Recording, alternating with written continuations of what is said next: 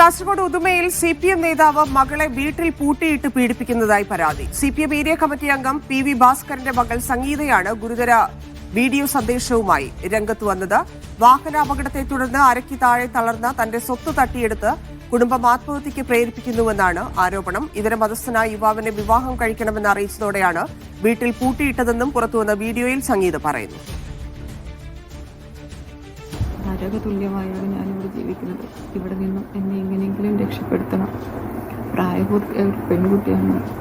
എന്നെ സ്വതന്ത്രമായി ജീവിക്കാൻ ഇവിടെ അർഹതയില്ല എനിക്ക്. മുസ്ലിം വിരോധം മൂത്ത് ഇവരെന്നെ തന്നെ കൊല്ലുമെന്ന നിലയിലാണ് എൻ്റെ വീട്ടുകാരുള്ളത്.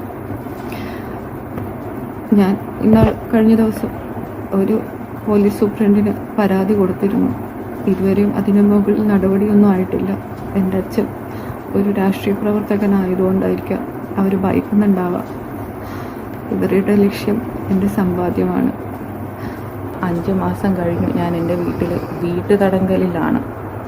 എനിക്ക് ഒരു ട്രീറ്റ്മെൻറ്റും നേരാവണ്ണം നല്ല എനിക്കൊരു ട്രീറ്റ്മെൻറ്റും കിട്ടുന്നില്ല.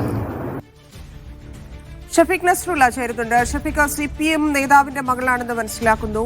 ഇവരുടെ പരാതിയിൽ എന്തൊക്കെ കാര്യങ്ങളാണ് പറയുന്നത്? മാത്രമല്ല, പോലീസിൽ പരാതിപ്പെട്ടിട്ടും ഒരു നടപടിയും ഉണ്ടായില്ലേ?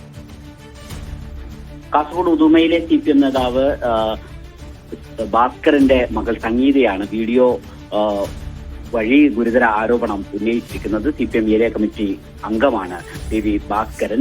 സംഗീതയ്ക്ക് 2 വർഷം മുൻപ് ഒരു വാഹനാപകടം പറ്റിയിരുന്നു. അതിൽ അരക്കു താഴെ തളർന്നിരിക്കുകയാണ്. അതിനുശേഷം പല സ്വഭാവത്തിലുള്ള ചികിത്സകൾ നൽകി. ഒടുവിൽ ഒരു വൈദ്യനെ ചികിത്സക്ക് എത്തി. ആ വൈദ്യൻ ചികിത്സിച്ചപ്പോൾ വലിയ മാറ്റമുണ്ട് എന്ന് ഈ വീഡിയോ സന്ദേശത്തിൽ സംഗീത പറയുന്നുണ്ട്. അതിനുശേഷം വൈദ്യനുമായി അടുപ്പമുണ്ടാകുന്നു. അടുപ്പമുണ്ടായതിനു ശേഷം ചികിത്സ നൽകുന്നില്ല, വീട്ടിൽ പൂട്ടിയിരിക്കുകയാണ്. തനിക്ക് ഈ ചികിത്സ തുടരുകയാണെങ്കിൽ നടക്കാനാവും എന്നൊരു പ്രതീക്ഷ സംഗീത പങ്കുവെക്കുന്നുണ്ട്. അത് തന്നെ വൈദ്യൻ പറഞ്ഞിരുന്നതായി സംഗീത പറയുന്നുണ്ട്. പക്ഷേ വൈദ്യനുമായി അടുപ്പമുണ്ടായി എന്നതാണ് വീട്ടുകാർ പൂട്ടിയിടുന്നതിന് പ്രധാനമായ കാരണം. ഈ അപകടത്തെ തുടർന്ന് മുമ്പ് സംഗീത ജോലി ചെയ്തിരുന്നു. ആ ജോലി ചെയ്തപ്പോൾ ഉണ്ടായിരുന്ന സമ്പത്തും അതോടൊപ്പം തന്നെ സംഗീതക്ക് നേരത്തെ കയ്യിലുണ്ടായിരുന്ന സ്വർണ്ണവും. ഷഫീഖ്, മനസ്സിലായി.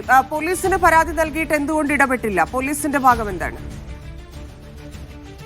ഈ വീഡിയോ സന്ദേശം മാധ്യമങ്ങളിൽ ലഭ്യമാവുന്നതിന് മുൻപ് പോലീസിന് നൽകി എന്ന് പറയുന്നുണ്ട്. ഈ പോലീസ് പക്ഷേ ഇപ്പോൾ ഹേബിയസ് കോർപ്പസ് പരാതി ഈ സംഗീതയുടെ സുഹൃത്ത് മുഖേന നൽകിയിരുന്നു. സംഗീതയുടെ ഒരു സുഹൃത്ത് കോടതിയെ സമീപിച്ചിരുന്നു. പക്ഷേ അവിടെയും വലിയ രൂപത്തിലുള്ള ഇടപെടൽ ഉണ്ടായില്ല എന്നാണ് മനസ്സിലാവുന്നത്. പോലീസ് ഈ വിഷയത്തിൽ ഇടപെടുന്നില്ല എന്ന് സംഗീതയും പരാതി പറയുന്നുണ്ട്. ഈ ഹേബിയസ് കോർപ്പസ് മാരേജ് സംഗീതയുടെ ഒരു സുഹൃത്ത് വഴി നൽകിയിട്ടുണ്ട്. പക്ഷെ അതിനും കൃത്യമായൊരു മറുപടി പോലീസിന്റെ ഭാഗത്തുനിന്ന് ഉണ്ടാവുന്നില്ല. രാഷ്ട്രീയക്കാരനായതുകൊണ്ടാവാം അത്തരത്തിൽ പോലീസ് ഇടപെടാത്തത് ഒരു ആശങ്കയും സംഗീത പങ്കുവെക്കുന്നുണ്ട്.